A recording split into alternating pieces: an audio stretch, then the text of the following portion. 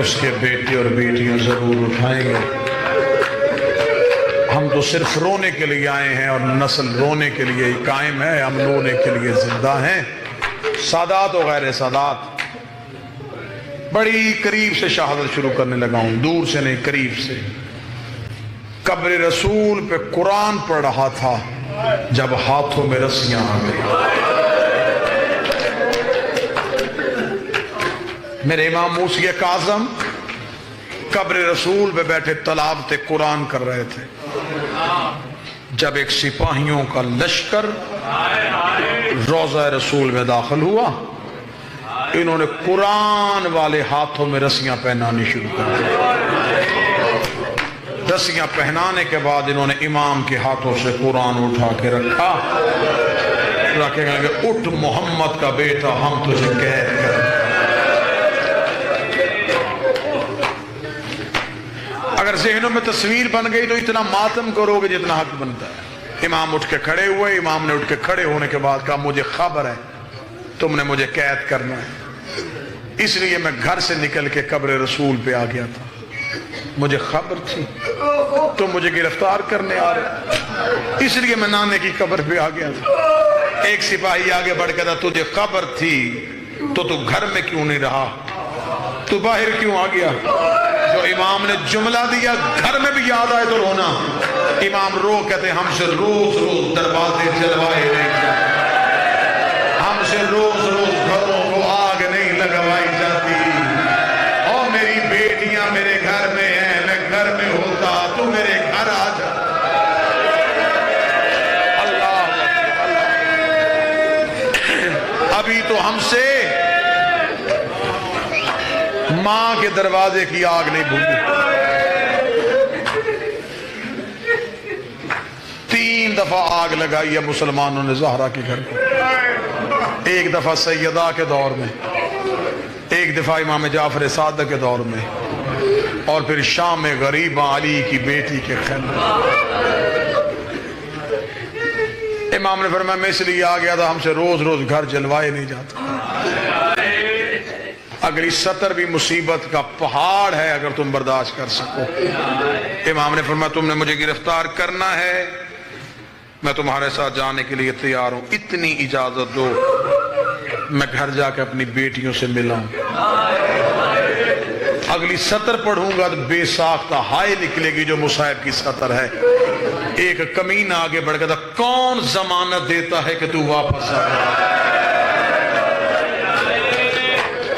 قبر محمد پہ محمد کے بیٹے سے ضمانت مانگی گئی۔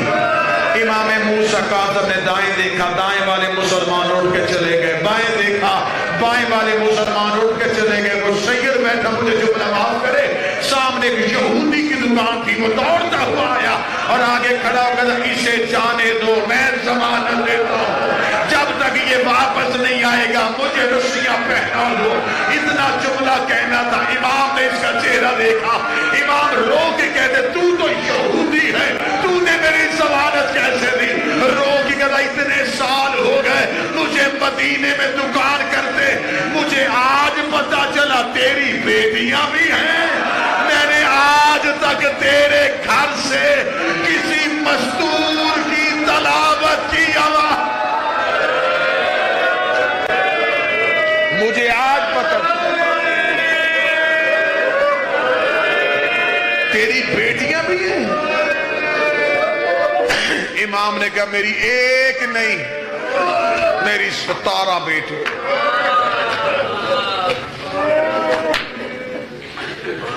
امام کو مدینہ سے قید کر کے بغداد کی طرف لے جائے، پوری ذمہ داری سے مصائب پڑھنے لگا۔ 14 سال کی قید امام کی، 13 سال بغداد میں رہے، 1 سال بصرے میں رہے۔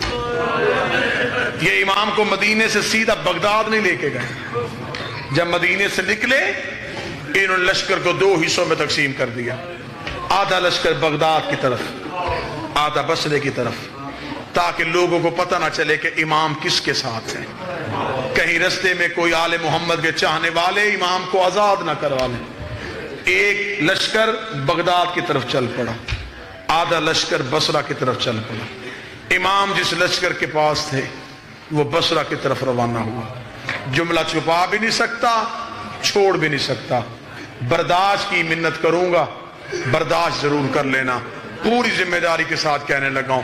انہوں نے امام کو جب بصرے کی طرف لے کے گئے، یہ گھوڑے پہ بٹھا کے نہیں لے کے گئے، یہ پیدل چلا کے نہیں لے کے گئے. غلط پڑھوں نبی کی بیٹی کا مجرم بنوں. کتابیں کہتی ہیں اس نے زہرا کے بیٹے کو اونٹ کی پشت کے ساتھ رسیوں سے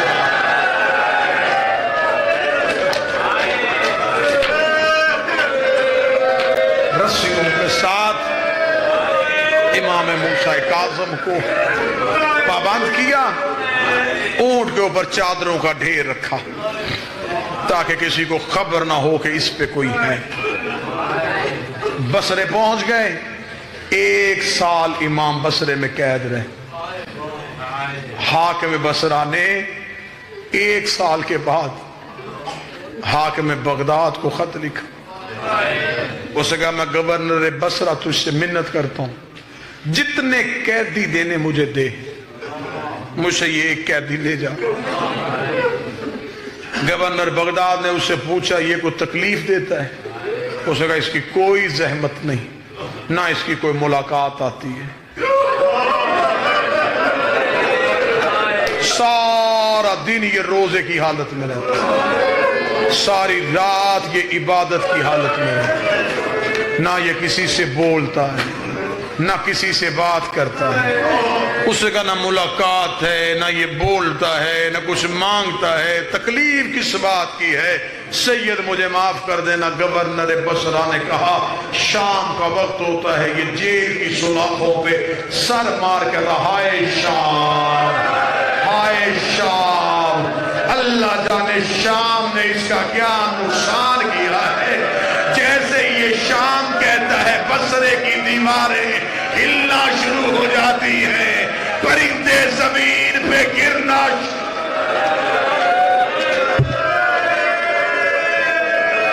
اس کی ہائے شام کی صدا آتی ہے.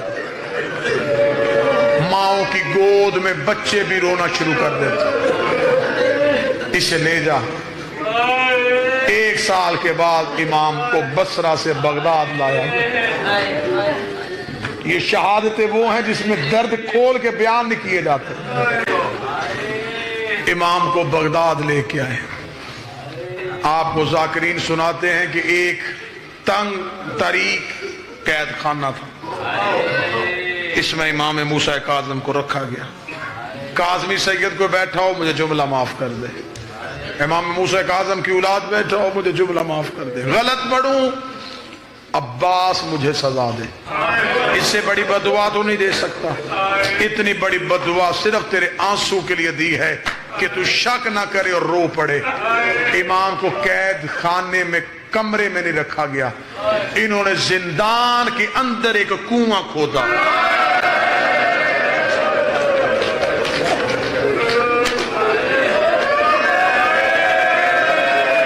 اللہ اکبر، اللہ اکبر. اس کنویں کے چاروں طرف انہوں نے لوہے کی برچیاں لگائی. درمیان میں زہرا کے بیٹے کو رکھنے کے بعد انہوں نے کنویں کو پتھر کے ساتھ بند کر دیا. میرا بارواں زیارت ناہیہ میں کہتا ہے میرا سلام میرے اس غریب پہ جو کروٹیں لیتا تھا تو پہلو میں برچیاں چلی جاتی.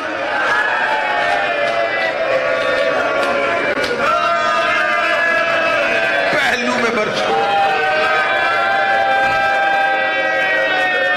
تنگ اتنا تھا، تنگ اتنا تھا کہ ان برچیوں کے درمیان بیٹھا نہیں جا سکتا. چھت اتنی چھوٹی تھی کھڑا نہیں ہوا جا سکتا. 14 میں سے 13 سال رکوع کی حالت امام کے بزرگ. ان ملعونوں نے یہ بندوبست کیوں کیا؟ یہ طاقت امام سے واقف تھے، یہ معجزات امام سے واقف تھے۔ اس کنویں کے اوپر انہوں نے ایک کمرہ بنایا، اس کمرے میں ایک چھوٹی سی کھڑکی تھی جو بازار میں کھلتی تھی۔ جو امام کے زندان کا داروغہ تھا وہ اس کھڑکی میں بیٹھتا تھا، بازار سے لوگ گزرتے تھے۔ ایک دن ایک ایوب نامی شخص بازار سے گزرا، اس نے دیکھا کہ داروغہ کھڑکی میں بیٹھا رو رہا ہے۔ یہ قریب گیا، اس نے کہا جتنی میرے پاس معلومات ہیں وہ یہ بتاتی ہیں کہ ہمیشہ قیدیوں کے زندان میں وہ سپاہی پہرے پہ کھڑا کیا جاتا ہے جو سخت دل ہو، تاکہ اسے قیدی پہ رحم نہ آئے۔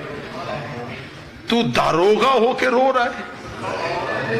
داروغہ نے کھڑکی پہ سر مار کر دعا کر مجھے موت آئے۔ اس ایوب نامی شخص نے جس نے یہ روایت کی، اس نے کہا کیوں ایسا کیا ہوا؟ اس نے کھڑکی میں جو بات کہی ہے، اس نے کہا 13 سال ہو گئے اس زندان میں ایک قیدی، میری اس پہ ڈیوٹی، میں ہر صبح جب ڈیوٹی پہ آتا ہوں میں سلام کرتا ہوں، یہ صرف سلام کا جواب، پھر میری اس سے کوئی بات نہیں ہوتی۔ یہ حکومت کو کوئی مخصوص قیدی ہے۔ تو اس نے کہا پھر آج کیا ہوا ہے؟ اس نے کہا آج میں صبح جب اپنی ڈیوٹی پہ آیا ہوں، 13 سال بعد اس کے زندان سے آواز آئی ہے تیری کوئی بیٹی ہے؟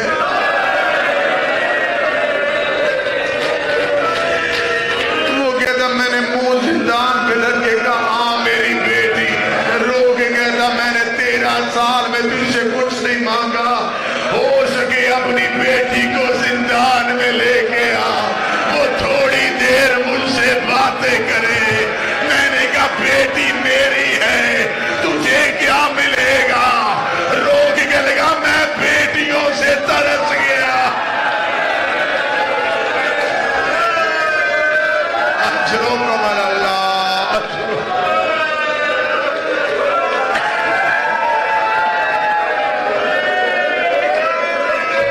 بی بی ماتم قبول کرے علی کی بیٹی۔ میں ترس گیا، میں ترس گیا ہوں کہ کوئی بیٹی مجھ سے بات کرے۔ اس شخص کی آواز آئی، حالات بتاتے ہیں یہ قیدی عجیب ہے، میں اس شہر بغداد میں مسافر ہوں، اس قیدی سے کہے میرے حق میں ایک دعا کر دے، میں اس کی رہائی کا بندوبست کرتا ہوں۔ اسے کہا ایوب کیا دعا تیری؟ اسے کہا قیدی سے کہے میری ایک کام میں رکاوٹ تھی، وہ کام ہو چکا ہے، دعا کر میں جلدی مدینے چلا جاؤں۔ کس سے ملنا ہے؟ وہ کہتا وہاں میرا امام موسیٰ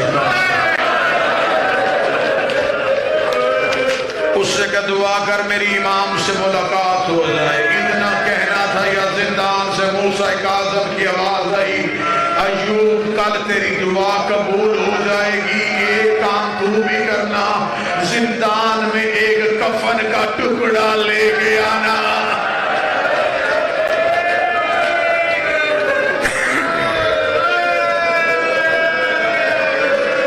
کل کسی لاوارث قیدی کو کفن کی ضرورت ہے۔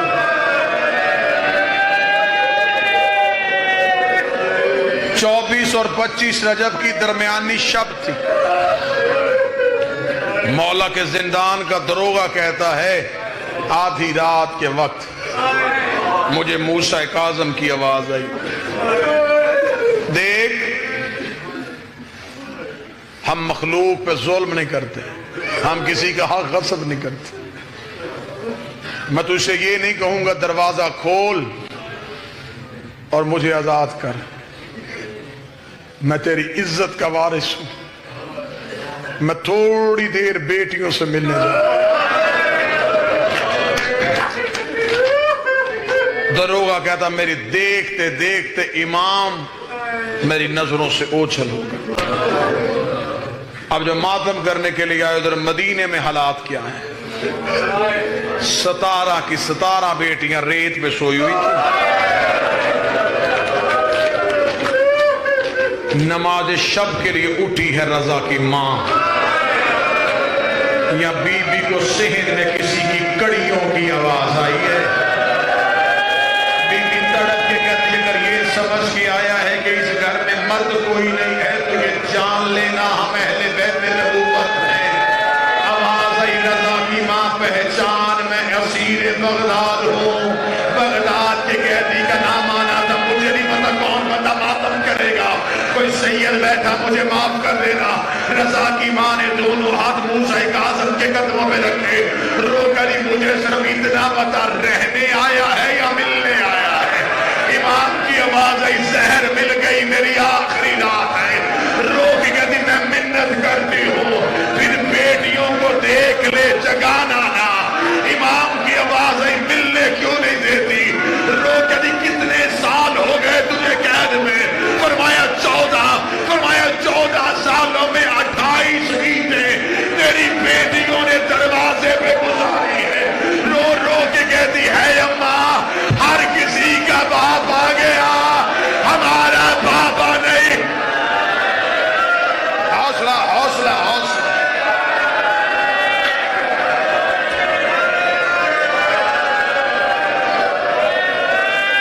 مولا میری منت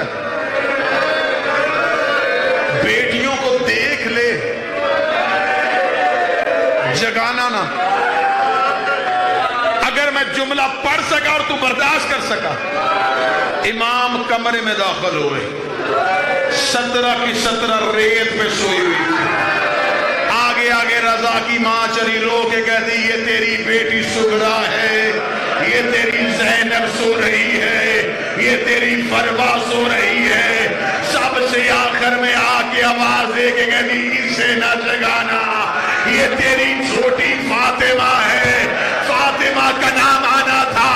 موسیٰ کاظم ریت پہ بیٹھے، قوم کی بی بی تڑپ کے اٹھی، رو کہتی اور کسی سے مل نہ مل، مجھے مل کے جا۔ میں نے قوم کی پہاڑیوں پہ رول رول کے مر جانا، اور میرا بغداد کا قیدی، اور میرا 14 سال کا حوصلہ حوصلہ حوصلہ حوصلہ۔ مالک پرسہ قبول کر، محمد کی بیٹیاں گریہ قبول کر۔ دستار امامت امام رضا کے حوالے کیا۔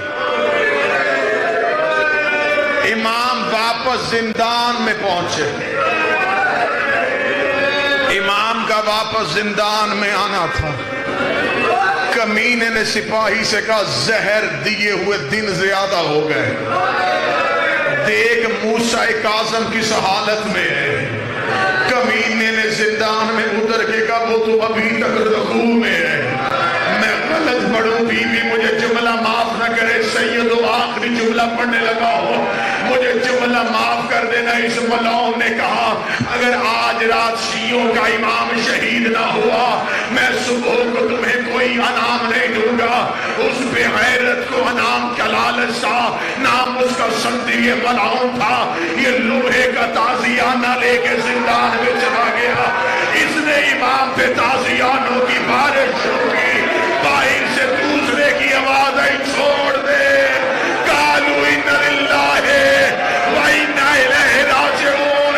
مجھے بول کے بتاؤ جنازہ زمین سے اٹھایا جاتا ہے، میرا بارواں کہتا میرا سلام میرے اس قیدی پہ جس کا لاشا زنجیروں سے نکالا گیا ہے، جس کا لاشا پرچیوں